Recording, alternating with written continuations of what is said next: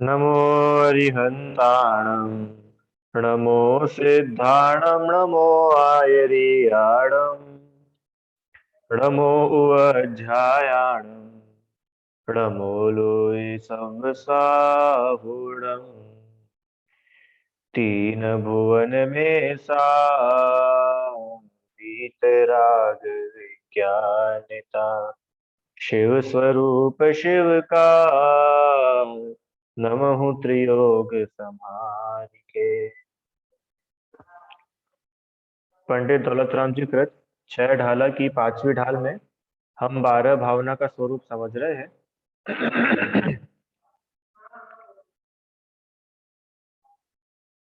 है ना। 12 भावना के स्वरूप के अंतर्गत कल तक हमने ये पढ़ा कि क्या पढ़ा कल कि इन जो 12 भावनाएं हैं इनको पढ़ने से क्या होता है, क्या लाभ है हमको 12 भावना पढ़ने का, 12 भावना का विचार करने का फायदा क्या है ना। क्या फायदा है कि इन 12 भावनाओं का विचार करने का ये फायदा है कि इससे वैराग्य बढ़ता है। ये बहुत बड़ा फायदा है। क्या फायदा है कि 12 भावनाओं का चिंतन करने से वैराग्य बढ़ता है। कैसे बढ़ता है, धीरे धीरे बढ़ता है क्या कि नहीं, जैसे हवा के लगने से अग्नि बिल्कुल तेजी से बढ़ जाती है, फैलती है, ऐसे ही 12 भावना के चिंतन करने से क्या होता है, समता रूपी सुख उत्पन्न होता है, वैराग्य उत्पन्न होता है। इसलिए हमें अपनी आत्मा को जाने बिना मोक्ष सुख प्राप्त नहीं हो सकता है। इसलिए 12 भावना का विचार करना ही चाहिए। ठीक है, कल तक हमने इतना देखा। जिस प्रकार वायु लगने से अग्नि एकदम भभक उठती है, उसी प्रकार इन 12 भावनाओं का बारंबार चिंतन करने से समता शांति रूपी सुख प्रकट हो जाता है और बढ़ता है। जब यह जीव पुरुषार्थ पूर्वक पर पदार्थों से संबंध छोड़कर आत्म स्वरूप को जानता है, तब परमानंद में आत्म स्वरूप में लीन होकर समता रस का पान करता है और अंत में मोक्ष सुख को प्राप्त करता है। ठीक है, आज हम लोगों को इस पे थोड़ी सी बात करनी थी कि 12 भावनाएं क्यों भाना चाहिए। ठीक है, क्यों 12 भावना भानी चाहिए, 12 भावना का क्यों पाठ करना चाहिए। सबसे पहला तो इसका उत्तर है भेद विज्ञान के लिए, क्योंकि ये जो 12 ही भावनाएं लिखी है ना, कल हमने 6 भावनाओं के नाम भी याद करे थे। अनित्य, अशरण, संसार, एकत्व, अन्यत्व, अशुचि, आश्रव, संवर, निर्जरा, लोक, बोधि, दुर्लभ, धर्म, ये 12 भावनाएं हैं। तो ये 12 ही भावनाएं जो है आपको भेद विज्ञान करने में हेल्पफुल रहती है। अनेक लोगों के प्रश्न रहते हैं कि भेद विज्ञान कैसे करते हैं। हाँ, हम भेद विज्ञान कैसे करें, रिदम, ऐसा क्वेश्चन होता है ना कई बार, कि ये भेद विज्ञान करा कैसे जाता है। तो 12 भावनाओं के विचार करके भेद विज्ञान कर सकते हैं। ठीक है, अभी हम एक एक भावनाओं का जब अर्थ समझेंगे तो आपको समझ में आएगा कि किस प्रकार से हम इसमें भेद विज्ञान करेंगे। है ना। पहला पॉइंट हो गया भेद विज्ञान। दूसरा, पर द्रव्यों के प्रति राग भाव गल जाता है। जैसे ही हम इन 12 अनुप्रेक्षाओं का चिंतन करते हैं, तो जो पर द्रव्य है, क्योंकि वेद विज्ञान की बात करें ना तो निज और पर, तो जितने भी पर द्रव्य है उनके प्रति हमारा राग, द्वेष, मोह, ये सब खत्म हो जाता है। दूसरा फायदा। तीसरा फायदा, वीतरागता की वृद्धि होती है। अरे जब मोह राग द्वेष खत्म होगा तो क्या होगा अल्टीमेटली, कि वीतरागता की वृद्धि होगी। है ना। मोह राग द्वेष जब खत्म होगा रिदम, तो उसके फल में क्या होगा कि वीतरागता बढ़ेगी। है ना, समझ में आया ना। जैसे हिंसा कम होगी तो क्या होगा, अहिंसा बढ़ेगी। है ना। झूठ बोलना बंद होगा तो क्या होगा, सत्य गुण में वृद्धि होगी। कुशील सेवन खत्म होगा तो ब्रह्मचर्य होगा। ऐसे ही मोह राग द्वेष का नाश होगा तो वीतरागता होगी। चौथा, कषाय की अग्नि बूझती है। कषाय बूझती, कषाय शांत होती है। और अंतिम, बहुत इंपॉर्टेंट है ये, आपको बहुत प्रैक्टिकल है लास्ट वाला पॉइंट, कि विपत्तियों में धैर्य और संपत्ति में विनम्रता प्रदान करती, दोनों बातें हैं। 12 भावनाओं के चिंतन से लाइफ में बैलेंस आता है। कैसा बैलेंस आता है कि जब भी हमारी लाइफ में कुछ विपत्ति आए, कुछ सर्कमस्टेंसेस आए, कुछ विपरीत परिस्थितियां बन जाए, कुछ भी दुख आए, तो उन दुखों के समय में हमारे अंदर समता आती है, समता उत्पन्न होती है, धैर्य आता है ना। धैर्य आता है। जैसे आप 12 भावना का चिंतन करोगे तो जीवन में धैर्य आता है, शांति आती है। जैसे उदाहरण के लिए पहली अनित्य भावना, अनित्य भावना में ये बताया है कि वास्तव में इस संसार में सब अनित्य है, कोई भी हमेशा साथ नहीं रहता है। हाँ, हर किसी को मरना ही पड़ता है। राजा राणा छत्रपति हाथिन के असवार, मरना सबको एक दिन, अपनी अपनी बात। ये अनित्य भावना है कि हर व्यक्ति संसार में अनित्य ही है, सभी को एक ना एक दिन मरना है, या उसका किसी न किसी से वियोग होगा ही सही। This is universal truth. और हमने अगर इस अनित्य भावना का बराबर विचार करा है, तो जब कोई हमसे बिछड़ेगा, जब किसी का मरण होगा, तो हमें दुख नहीं होगा, है ना। ये इसका फायदा है। और अगला क्या बताया कि संपत्ति में विनम्रता, ये भी इंपॉर्टेंट बात है कि देखो, दुख के समय में तो धैर्य आ जाता है। हाँ, जब हम लोग परेशान रहते हैं तब तो हमको शांति मिल जाती है। पर जब हम बहुत संपन्न रहते हैं, पांचों इंद्रियों से हमको कोई कंप्लेंट नहीं, रुपए पैसे से हमको कोई कंप्लेंट नहीं, है ना, परिवार हमारा बहुत अच्छा चल रहा है, हम पहले हजारपति थे, फिर हम लखपति बने, अब हम करोड़पति बन गए हैं, तो हमको किसी से कोई कंप्लेंट नहीं। पहले हम 1 BHK में रहते थे, फिर हम 2 BHK में रहने लगे, अब हम 3 BHK में रहने लगे, हमको कोई कंप्लेंट नहीं। तो ये 12 भावना आपको ये बार बार बताएगी कि सुनो, क्या सुनो, कि दुख में तो घबराओ मत, और सुख में भी कभी फूलो मत। हाँ, संपत्ति में भी, मतलब सब आपके अकॉर्डिंग भी हो रहा है, तो उसमें भी राग भाव नहीं करो। क्यों नहीं करो? क्योंकि वो भी जो हो रहा है वो आपका नहीं है ना। हम लोगों ने स्तुति पढ़ी थी, आपको ध्यान हो तो, वीतराग सर्वज्ञ हितंकर हृदम, याद है? वीतराग सर्वज्ञ हितंकर, उसमें एक लाइन आती है, सुख दुख में हम समता धारे। काय में? दुख में समता। अरे अकेले दुख में नहीं, सुख में भी समता। सुख में भी समता मतलब कि अगर मेरे पास 1,000 रुपए है, तो भी मेरी आत्मा वैसी ही है, मैं वैसा ही हूँ। अगर मेरे पास में 1 करोड़ रुपए है, तो भी मैं वैसा ही हूँ। और अगर मेरे पास में 0 रुपीज है, तो भी मैं तो वैसा ही हूँ। अरे आत्मा को क्या मिल गया? ये 12 भावनाओं के चिंतन करने का फल है कि संपत्ति में भी क्या होता है, विनम्रता आती है। फिर आपको मान कषाय नहीं होगी।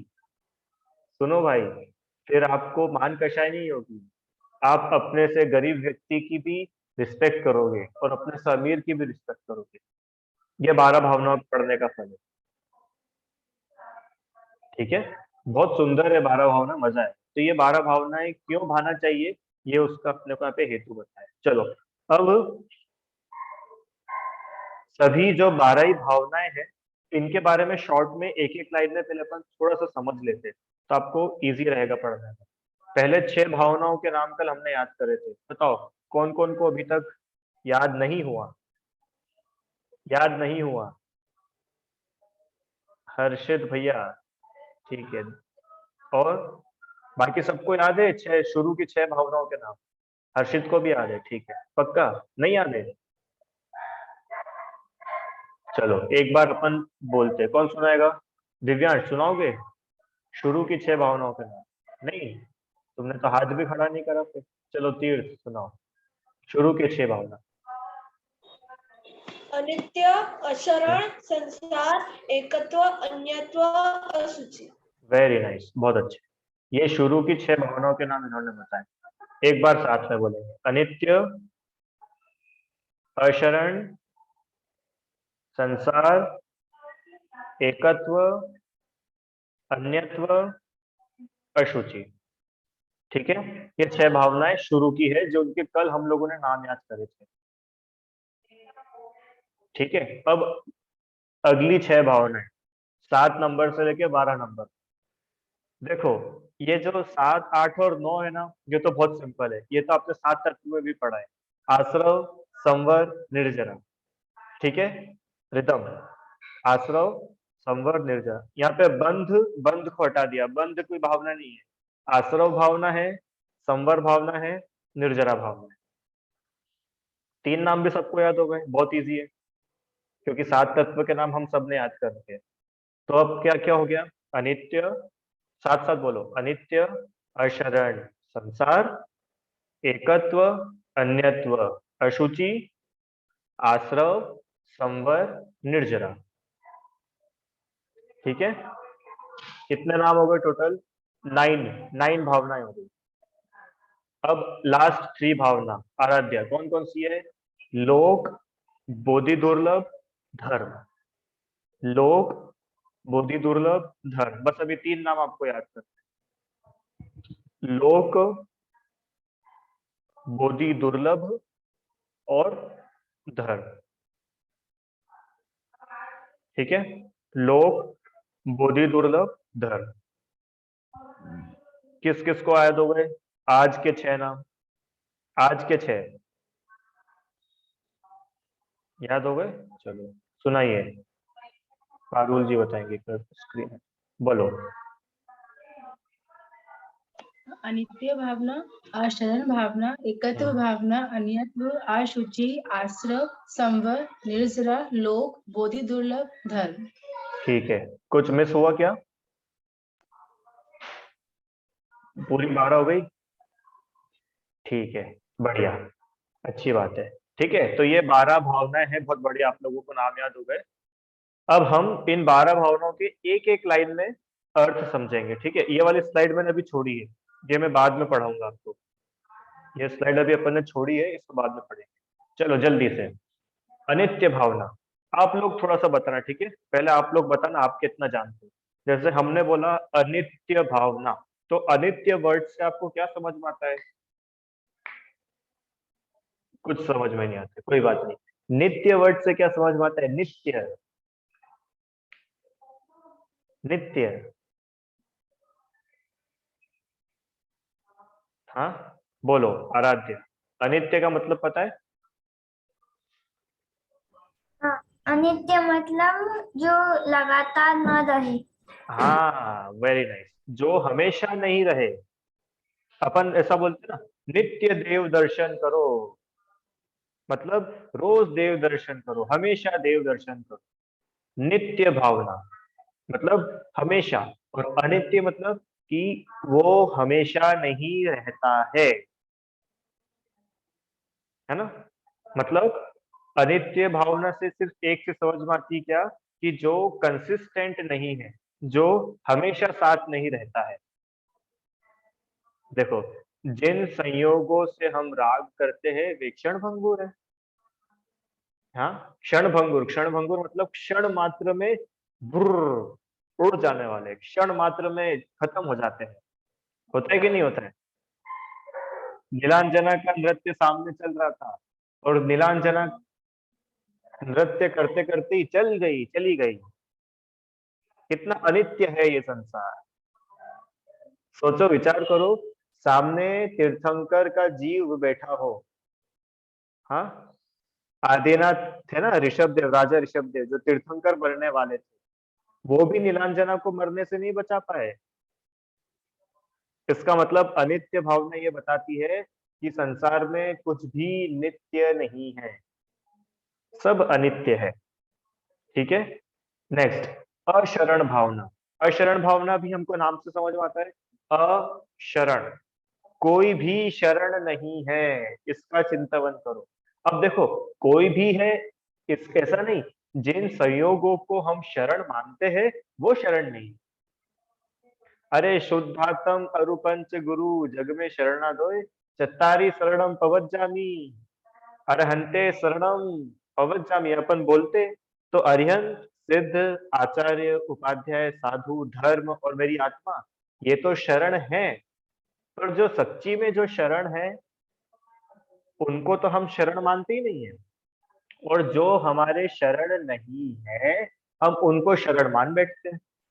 अभी इस भावना में सब आएगा, मणि मंत्र तंत्र बहु होई, मरते न बचावे कोई। तुम कितने ही मंत्र तंत्र कर लो, डॉक्टर के पास चले जाओ, हाँ दिव्यांश, अच्छे से अच्छे हॉस्पिटल में चले जाओ, पर तुमको मरने से कोई बचा सकता है क्या? कोई नहीं बचा सकता। ये अशरण भावना है ना। राजा राणा की लाइन बोलो। दल बल देवी देवता, मात पिता परिवार, मरती बिरिया जीव को, कोई न राखन हार। है ना। दल बल देवी देवता, मम्मी पापा, परिवार, ये कोई नहीं बचा सकता। ये अशरण भावना। ठीक है। देखो कितनी बढ़िया बात लिखी है। वियोग होना संयोगों का सहज स्वभाव है। क्या हुआ इसका मतलब? इसका मतलब क्या हुआ? हाँ देखो, कोई दो चीज आकर के मिली। अरे मम्मी मेरा फोन दो जल्दी से।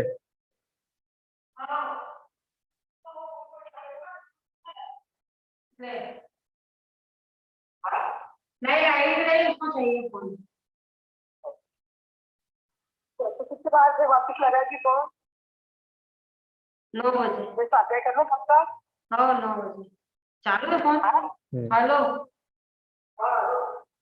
हाँ तो मेरा मैंने होगा कि वो हमारे साथ। चलिए, हाँ देखो कितनी अच्छी लाइन लिखी है। क्या लिखा है? संयोग अशरण है, वियोग होना संयोगों का सहज स्वभाव है। देखो दो चीजें अलग अलग वो आपस में आकर के मिली, तो बताओ दोनों मिलकर के एक हो गई कि दो ही है? दो चीजें आपस में आके मिली, जैसे कि उदाहरण उदाहरण शरीर और आत्मा। ठीक है। यह आत्मा इस शरीर में पिछली लाइफ में थी क्या नहीं था? जो हमारी पिछली लाइफ थी जब हमारे पास में ये शरीर था, ये वाला शरीर, ये शरीर नहीं था, कोई दूसरा होगा ना। ये तो नहीं था, ये शरीर तो हमको इस लाइफ में नया मिला है। इसका मतलब कि आत्मा अलग थी और शरीर अलग है, और दोनों आकर के मिल गए हैं। बराबर। तो दो चीज जब आपस में आके मिली है तो वो एक हो जाती है कि दो ही रहती है? ये मेरा प्रश्न है। कोई दो चीजें आपस में मिली, तो बताओ वो दो है कि एक है? अपन ने पहले भी इस पे बात करी है, बोलो। आधा लीटर दूध और आधा लीटर पानी, बताओ कितना लीटर दूध हो गया रिदम? आधा लीटर दूध, उसमें हमने आधा लीटर पानी मिला दिया, बताओ कितना लीटर दूध हो गया? 1 लीटर। 1 लीटर हो गया ना दूध। आधा लीटर दूध था और उसमें आधा लीटर पानी मिला दिया, तो आधा लीटर प्लस आधा लीटर कितना लीटर दूध हो गया दिव्यांश? 1 लीटर दूध हो गया ना। क्यों? बहुत बढ़िया बेटा। अगर ऐसे तुम 1 लीटर दूध बना दोगे तो कल से तुम्हारे घर में ऐसा ही होगा। दूध वाले भैया को तुम 1 लीटर दूध मांगना, और वो दूध वाले भैया क्या करेंगे कि ये बहुत अच्छी बात है, तो फिर आधा आधा भी क्यों, पता है क्या करेंगे? आधे से भी आधा लीटर तो देंगे दूध है, 1/4 दूध और 3/4 पानी, तो भी 1 लीटर दूध हो गया। ऐसे नहीं समझ में आए? दूसरा एग्जांपल लेते हैं। बताओ दिव्यांश, 5 लीटर दूध और 5 लीटर पानी, कितना लीटर दूध हो जाएगा टोटल?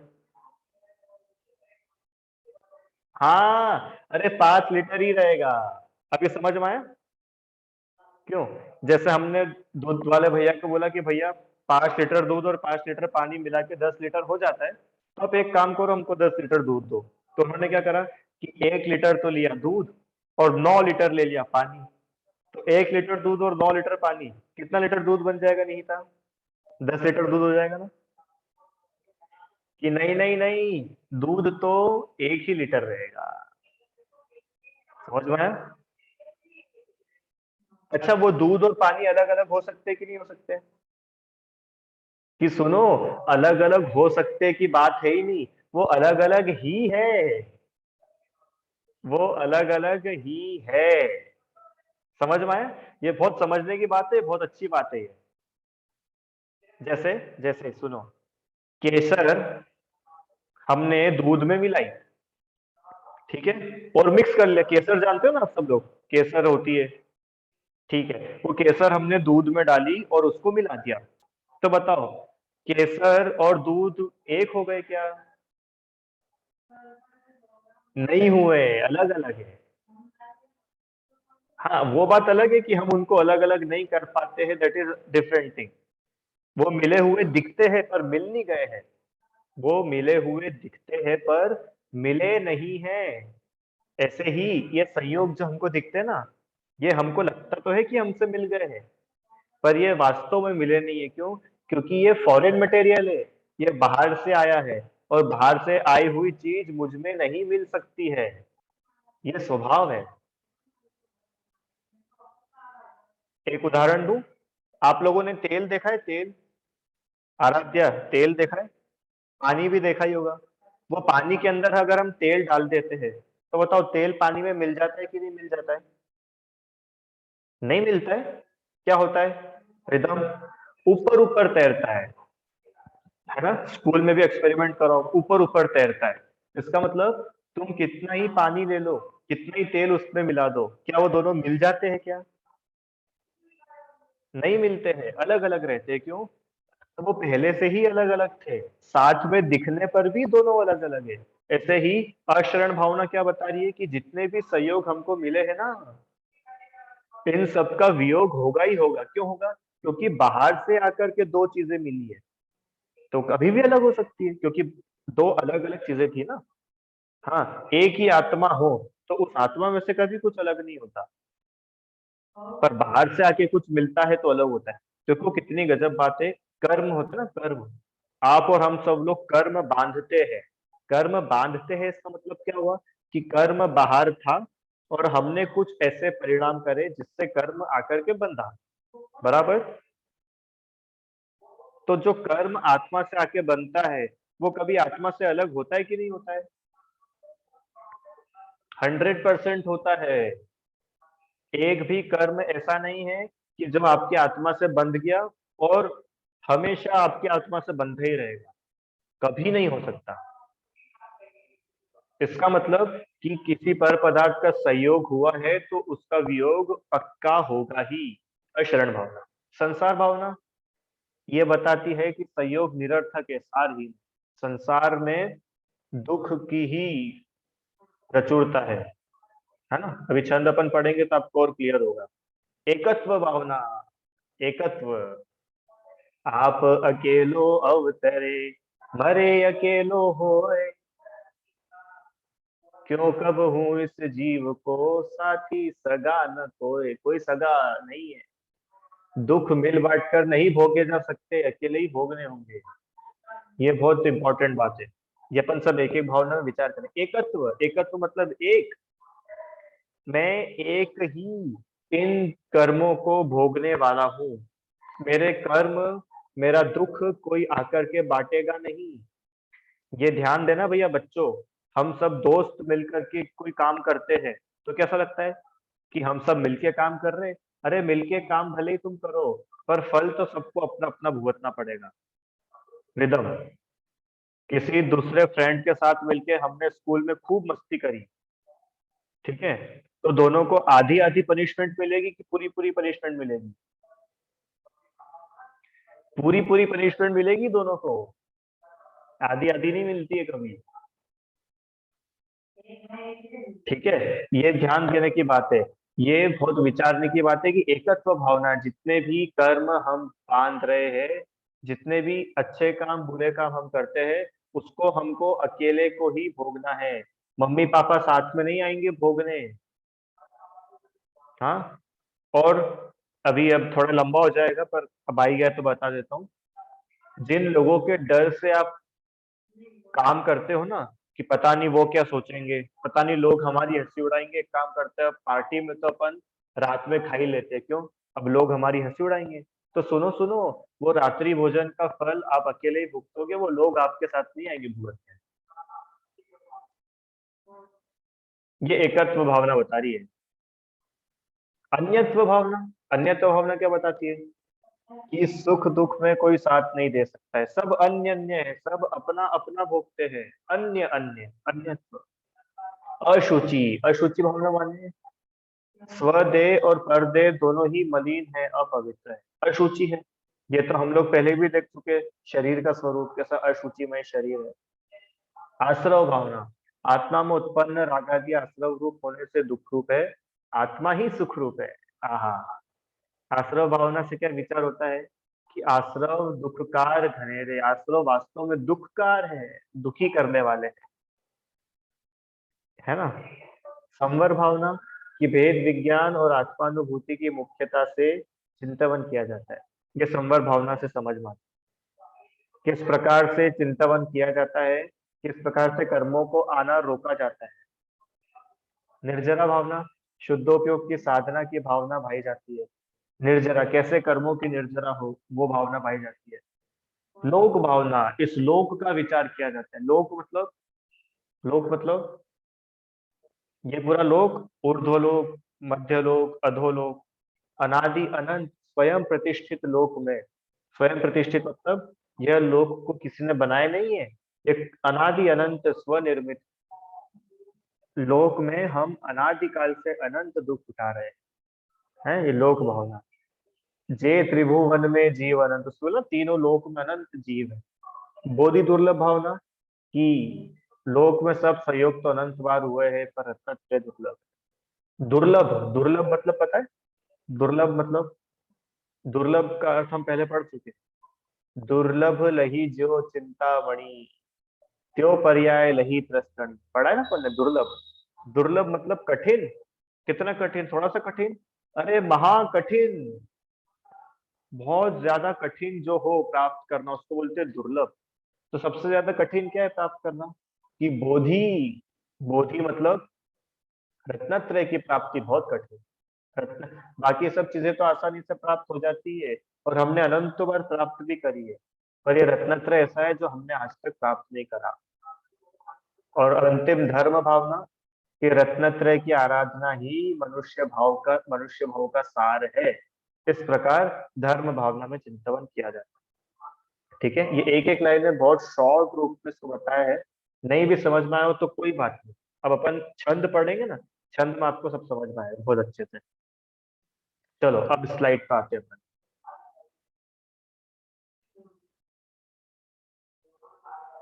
बारह भावनाओं में से जो शुरू की 6 भावनाएं जिनके नाम हमने कल याद करे, अनित्य, अशरण संसार, एकत्व, अन्यत्व, अशुचि, ये 6 भावनाएं कैसी है, वैराग्य पर, मतलब इन 6 भावनाओं से वैराग्य दृढ़ होता है।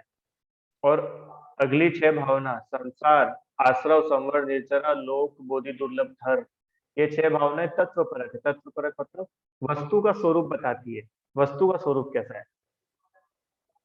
ठीक है, वस्तु स्वरूप कैसा है, ये लोक कैसा है, वास्तव में क्या प्राप्त करने योग्य है, वास्तव में क्या छोड़ने योग्य है, कैसे हम धर्म की प्राप्ति करें, ये तत्व की बातें जो है, वस्तु स्वरूप की बातें जो है, वो इन अंतिम 6 भावनाओं से हमें जाननी चाहिए। आइए छंद नंबर 3, अनित्य भावना।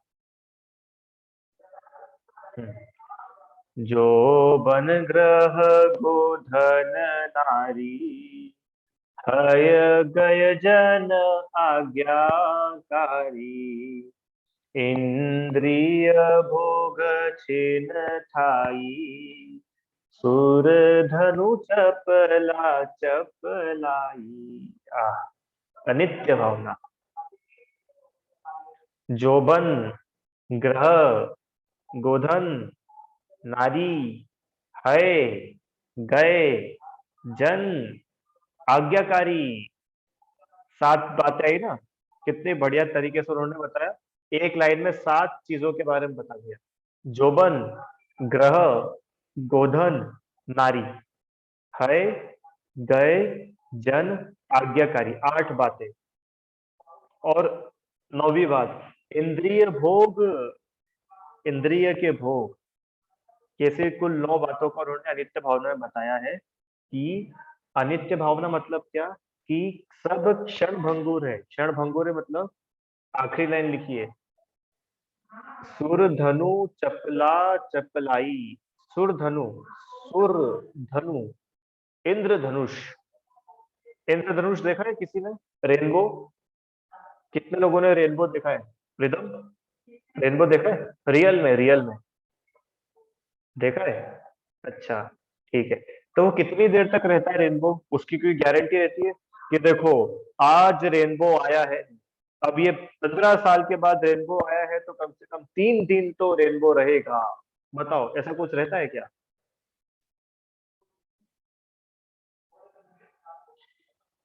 क्यों? रेनबो की क्या गारंटी रहती है?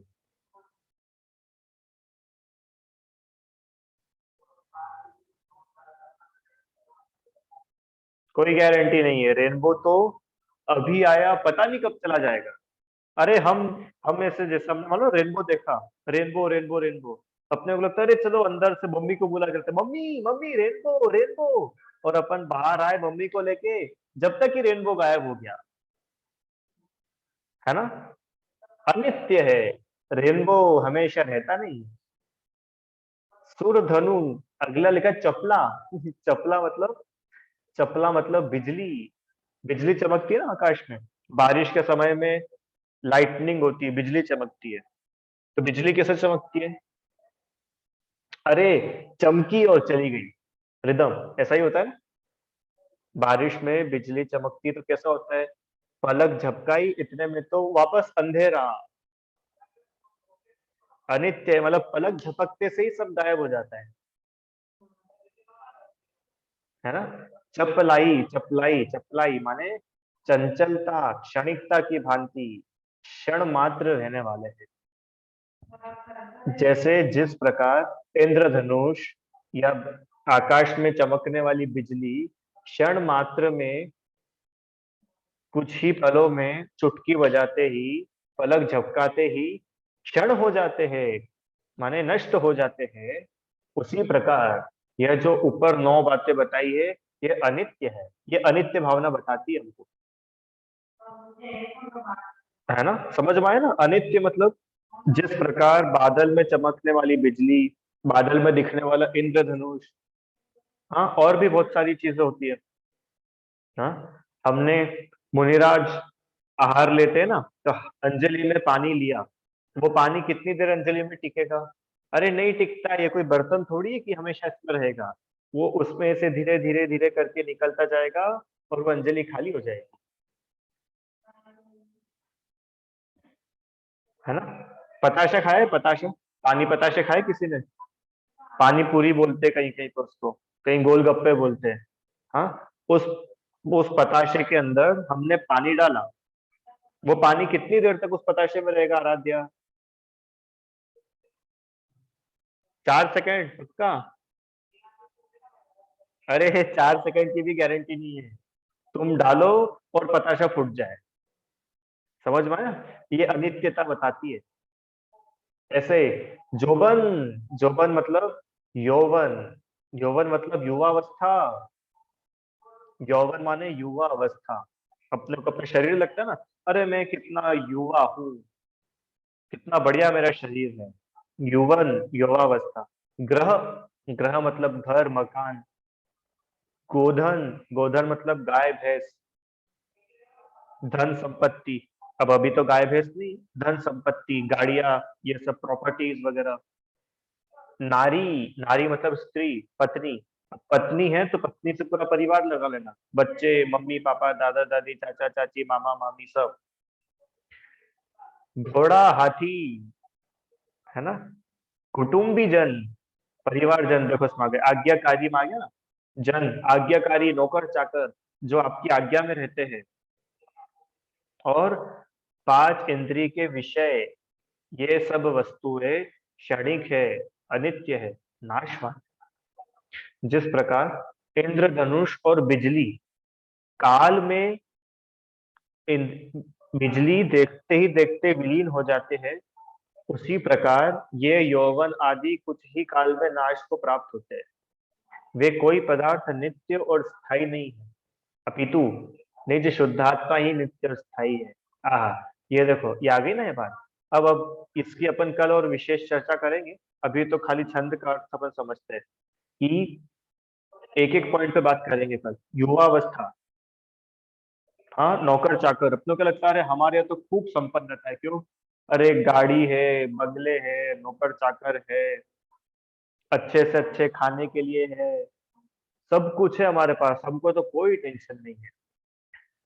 अभी लॉकडाउन में सब समझ में आ गई थी किसको टेंशन है और किसको टेंशन नहीं। हाँ, जिस व्यक्ति के पास में करोड़ों अरबों खरबों रुपए भी थे ना, उसके पास भी खाने को कुछ नहीं बचा था, उसका खाना नष्ट हो गया था। और आप अभी की बात कर रहे हो, अरे सेठों की तो तिजोरी की तिजोरियां खाली हो गई। हाँ, सच्ची में अनित्यता की अपन विचार करें ना, मतलब जिन चीजों को लेकर के हम घमंड करते हैं, या जिन भी अपनी चीजों को लेकर के हमको ऐसा लगता है कि हम बहुत बड़े हैं, हम तो बहुत सेटल्ड है, हमसे ज्यादा सुखी तो कोई हो ही नहीं सकता है, एवरीथिंग इज वेल मैनेज, सब परफेक्टली, सब सेट हो चुका है। हाँ, चुटकी बजाते से सब गायब हो जाता है। अनित्यता तो ऐसी है, आपको बहुत सारी घटना याद होंगी, हिरोशिमा नागासाकी के ऊपर बॉम्ब अटैक हुआ था, है ना? हाँ, अभी हम लोग यहाँ बैठे हैं और कोई दुश्मन आकर के ऊपर से बम गिरा दे और एक ब्लास्ट हो, सब खत्म। इतनी अनित्यता है। अब बताओ, कहाँ गए आपका गाड़ी घोड़ा, कहाँ गए आपका डॉक्टर, कहाँ गया आपका हॉस्पिटल, कहाँ गया आपका शरीर, कुछ नहीं बचा, सब फुर्र स्वाहा। ये अनित्य भावना से पता चल रहा है कि वास्तव में संसार की समस्त वस्तुएं अनित्य है। किसी व्यक्ति को अपने शरीर को लेकर के बहुत वो रहता है, अरे मैं कितना सुंदर, हाँ, मुझ जैसा सुंदर शरीर किसी के पास नहीं है, मैं इतना गोरा हूँ, लंबा हूँ, बिल्कुल फिट हूँ। हाँ, और एक गाड़ी चलाते में थोड़ा सा एक्सीडेंट हो जाए ना, तो क्या होगा? शरीर खत्म। वही जिस हाथ को लेकर के मांसपेशियां चल रही थी, वही हाथ ऐसा लूला बन गया है, वो लटका के घूमना पड़ता है। किसी के ऊपर पेट्रोल एसिड गिर जाए तो उसका शरीर जल जाए, क्षण मात्र में जल जाए। अनित्य बता रहे, वो अनित्य है। अब एक बात तो ये है कि ये अनित्य है, हम सब लोग पढ़ के समझते तो है, पर मानते नहीं है। तो मानते हो क्या? हाँ, अभी ये क्लास अपनी हो जाएगी, इसके बाद आप अपने शरीर को देखना मिरर के सामने, कांच के सामने, और देख करके बोलना, यह जो कांच में दिख रहा है ये अनित्य है, ऐसा मुझे लगता है क्या? तो आपके पास में एक आंसर आएगा, वो आंसर है नहीं, नहीं लगता है, नहीं लगता है। क्यों नहीं लगता है? अरे कल भी था, परसों भी था, उसके एक दिन पहले भी था, और भी था, और भी था। अरे हम तो 50 साल के हुए, 50 साल से है सब बढ़िया, तो अनित्य कैसे लगे? कि सुनो, भले ही 50 साल से था, पर अगले पल रहेगा कि नहीं, इसकी क्या गारंटी? अरे बिल्कुल रहेगा। कितने लोग आप गारंटी ले सकते हो कि आप कल की क्लास में रहोगे? कि नॉर्मली तो रहेंगे ही सही, अगर सब अच्छा चलता रहा तो सब आएंगे। कि भैया वो अच्छा चलता रहा तो आओगे ना, तो ये तो अनित्यता बता रही है। इसकी विशेष चर्चा अपन और कल करेंगे, बहुत जोरदार विषय, रत्नाकरण शौकाचार्य जी से भी पढ़ेंगे। अच्छा, कल संडे है, कल अपन दोपहर में क्लास रख सकते हैं? संडे है ना, कल दोपहर में क्लास रखें? ठीक है। हाँ कि ना मुझे समझ नहीं आ रहा है, पर मैं हाँ ही मानता हूँ, क्योंकि मुझे दोपहर में लेनी है।